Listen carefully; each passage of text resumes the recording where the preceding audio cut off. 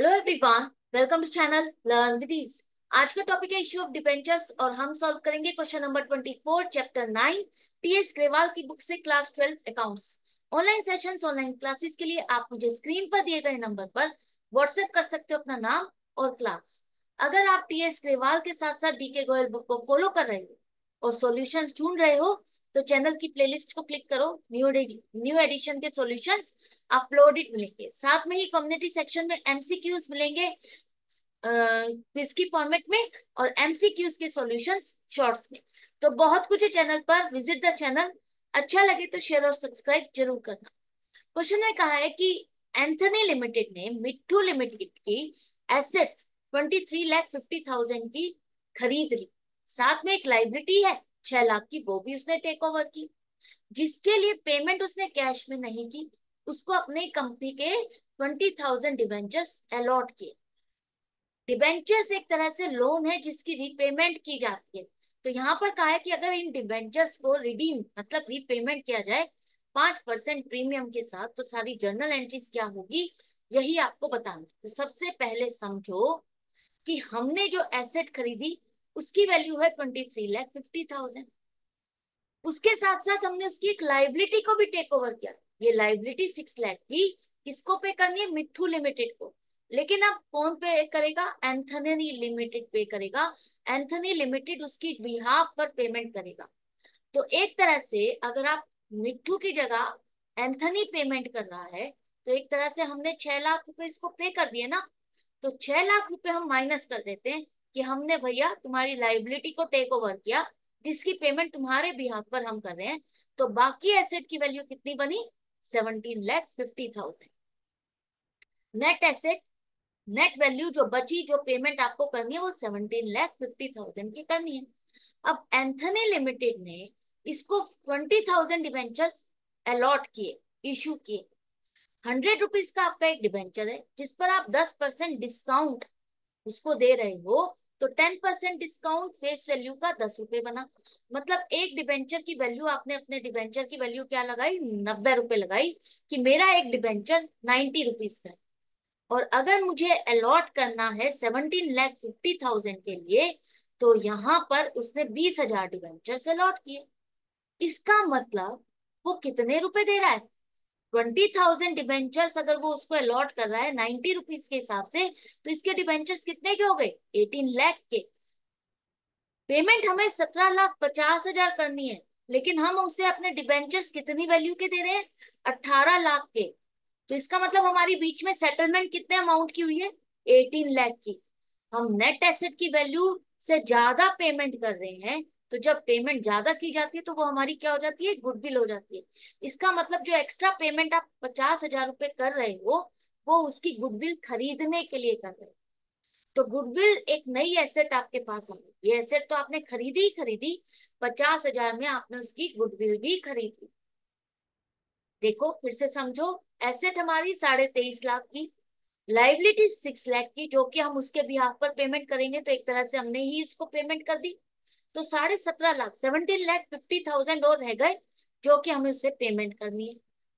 हमने उसको 20,000 डिबेंचर से लॉट किए, जिसकी एक डिबेंचर की वैल्यू 90 रुपीज है। तो इस हिसाब से हमने अपने डिबेंचर्स 18 लाख रुपीज के उसको दे दिए। अगर मार्केट में इशू करते तो हमें 18 लाख रुपीज मिलते। हमने ये 18 लाख के डिबेंचर्स एक ही बंदे को अलॉट कर दिए, मिट्ठू लिमिटेड को। देने हमें 17.5 लाख थे। हम 18 लाख क्यों दे रहे हैं? 50,000 हम एक्स्ट्रा क्यों दे रहे हैं उसको? 50,000 हम एक्स्ट्रा उसको दे रहे हैं उसकी गुडविल को परचेज करने के लिए। एक्स्ट्रा पैसा हम दे रहे हैं, इसका मतलब हम उसकी गुडविल को परचेज कर रहे हैं। तो एंट्री क्या हो जाएगी? Sundry assets. एसेट्स कौन सी खरीदी? लैंड खरीदी, बिल्डिंग खरीदी, फर्नीचर, प्लांट, मशीनरी, कुछ नाम नहीं लिखा। तो सीधा आपको दिया है कि 23.5 लाख की एसेट खरीदी, तो आप भी लिखो sundry assets account debits 23,50,000। Anthony limited की बुक्स में इतनी एसेट और जुड़ गई। एसेट साइड पे इतनी एसेट और लिखोगे, साथ में गुडविल भी आपकी बैलेंस शीट में एसेट्स में आएगी, 50,000 की डेबिट करोगे। टू सन्ड्री लाइबिलिटीज, लाइबिलिटीज भी जितनी भी एंथनी लिमिटेड की थी उसमें 6 लाख का एडिशन हो जाएगा। बाकी 18 लाख में हमारी सेटलमेंट हुई है, परचेज कंसिडरेशन, जो कि हमें उसे पे करनी है। तो टू मिट्ठू लिमिटेड अकाउंट को आप क्रेडिट करो कि 18 लाख रुपीज हमें पे करना। अब पेमेंट हम कर रहे हैं, पेमेंट हम कर रहे हैं तो मिट्ठू अकाउंट डेबिट हो जाएगा। इसका अकाउंट क्लियर हो गया भाई, डेबिट कर रहे हो, पेमेंट कर रहे हैं। पेमेंट हम कैश में नहीं कर रहे, कैश में ना करके हम उसको डिबेंचर से अलॉट कर रहे हैं। टू 9% डिबेंचर्स अकाउंट क्रेडिट करोगे 20,000 debentures, 100 rupees face value, 20 lakh. एक तरह से हमारे ये डिबेंचर्स हमारे लिए ये 20 लाख रुपए के हैं। हम दे रहे हैं उस पर डिस्काउंट, 10 रुपए का डिस्काउंट हम दे रहे हैं, लेकिन हमारे लिए इसकी कॉस्ट क्या है, 20 लाख रुपए। हम इसको कितना रुपया मानेंगे, लोन कितना मानेंगे, 20 लाख रुपए का लोन मानोगे आप। चाहे आपने उसे डिस्काउंट दिया है, 18 लाख रुपए का लोन नहीं मानोगे, डिबेंचर लोन है। आप इसको लोन मान के चलोगे 20 लाख रुपए का, जिस पर इंटरेस्ट भी 9% के हिसाब से 20 लाख रुपीज पर कैलकुलेट होगा, 18 लाख पर नहीं। इतनी बात समझ में आ गई। हमने 20 लाख रुपए को क्रेडिट किया डिबेंचर अकाउंट में, एक तरह से हमने 18 लाख की इसको पेमेंट कर दी। 2 लाख का जो नुकसान है वो हमारा नुकसान है, हम अपनी बुक्स में रिकॉर्ड करें।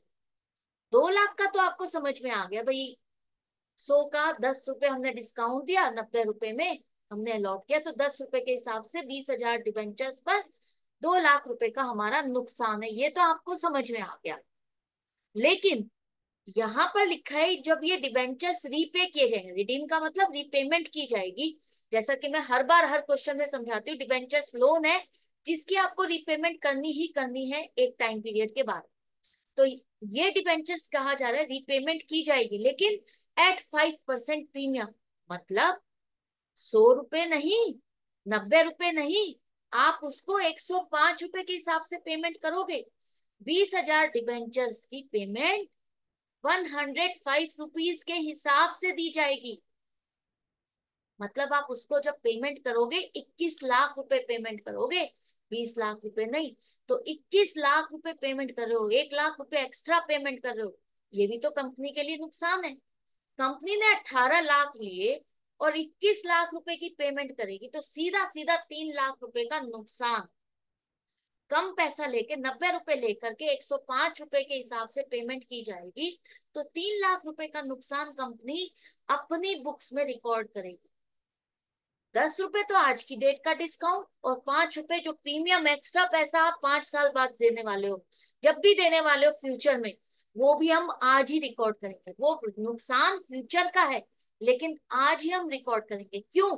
क्योंकि हमारे अकाउंटिंग प्रिंसिपल्स, हमारे अकाउंटिंग स्टैंडर्ड्स क्या कहते हैं, अगर आज की डेट में आपको खर्चा पता है, कंफर्म्ड है, ये होना है, डेफिनेट है, तो उसको आप आज ही रिकॉर्ड करोगे, अपनी बुक्स में आज ही रिकॉर्ड करोगे। चाहे वो पे आपको 10 साल बाद भी करना है, लेकिन वो खर्चा डेफिनेट है, आपको पे करना ही करना है, और वो अमाउंट भी डिसाइडेड है, तो उसे अपनी बुक्स में रिकॉर्ड करो। कौन से कन्वेंशन के according? Convention of conservatism. Convention of conservatism आपकी कहती है कि जो खर्चा आज की डेट में पता है, डेफिनेट है, श्योर है, कंफर्म्ड अमाउंट है, उसको आप अपनी बुक्स में रिकॉर्ड करो। तो जो 2 लाख का डिस्काउंट है वो तो हमें पता ही है, और वो आज का ही नुकसान है। जो 1 लाख रुपए एक्स्ट्रा आप फ्यूचर में देने वाले हो, वो फ्यूचर का खर्चा, लेकिन आज ही हमें पता है, हम उसे कैलकुलेट कर सकते हैं, और उतना ही आपको देना है, तो उसे भी आज ही आप अपनी बुक्स में रिकॉर्ड करोगे, खर्चा डालोगे। अब डिस्काउंट ऑन इशू नहीं, आप सीधा सीधा loss on issue of debentures account में डेबिट करो 3 लाख रुपीज। यहाँ पर डिस्काउंट नहीं, मतलब टोटल खर्चा, टोटल नुकसान आप लिखोगे। मुझे इस डिस्काउंट मुझे इस डिबेंचर को इशू करने पर पूरा नुकसान कितना होगा। आई होप ये बात आपको अच्छे से समझ में आ गई है। डाउट या कंफ्यूजन जो भी था खत्म हो गया है। 20 लाख के डिबेंचर्स, 18 लाख आपको देने थे, लेकिन 20 लाख के डिबेंचर्स पर आप 3 लाख का नुकसान अपना भुगत रहे हो, अपना आपको बियर करना पड़ेगा, तो अपनी बुक्स में ही डालोगे। अब 2 लाख का तो ठीक है, आज का नुकसान है, लेकिन ये 1 लाख रुपए आज नहीं देने आपको, फ्यूचर में जाके देने हैं, 5 साल बाद देने हैं, तो हम इसे अपनी बैलेंस शीट में दिखाएंगे to premium on redemption of debentures 1 lakh rupees. ये आपका नॉन करेंट लाइबिलिटीज में आएगा कि आपको ये नॉन करेंट अदर लाइबिलिटीज जो आपकी होती है ना, उसमें आपका आएगा 1 लाख रुपीज कि हमें ये पैसा पे करना है, क्योंकि शॉर्ट टर्म की लाइबिलिटी नहीं है। जब आपको पे करना है उस टाइम पर आप इसको पे करोगे, जब आपको रिपेमेंट करनी है। ये तो 1 लाख रुपीज आपका बैलेंस शीट में आएगा। करेक्ट। तो ये चारों चीजें आपकी क्लियर हो गई। अब देखो, एसेट आपकी बैलेंस शीट में आ जाएगी, गुडविल आपकी बैलेंस शीट में, लाइबिलिटीज आपकी बैलेंस शीट में। मिट्टू से मिट्टू क्लियर हो गया, खत्म हो गया।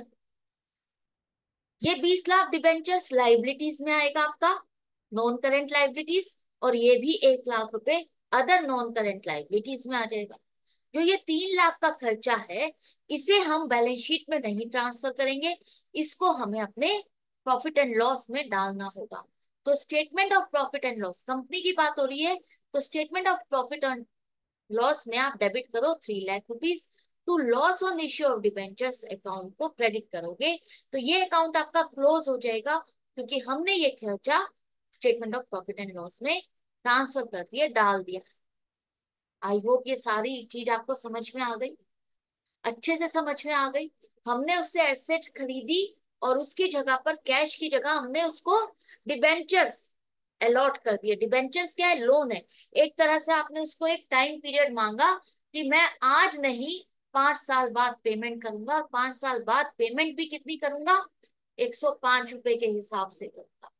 इंटरेस्ट तो उसको हर साल मिलेगा ही 9% के हिसाब से, और उसके साथ ही उसको 105 रुपए के हिसाब से रीपेमेंट भी मिलेगी। 20 लाख की जगह 21 लाख, 18 लाख की जगह उसको 21 लाख रुपए की पेमेंट रिसीव होगी। आई होप क्लियर हो गया पूरा क्वेश्चन, डाउट नहीं रहना चाहिए। अगर फिर भी कहीं है तो आप कमेंट सेक्शन में लिख करके पूछ सकते हो। हम मिलते हैं नेक्स्ट वीडियो में नेक्स्ट क्वेश्चन के साथ। अपनी प्रैक्टिस जारी रखते हुए good bye and take care.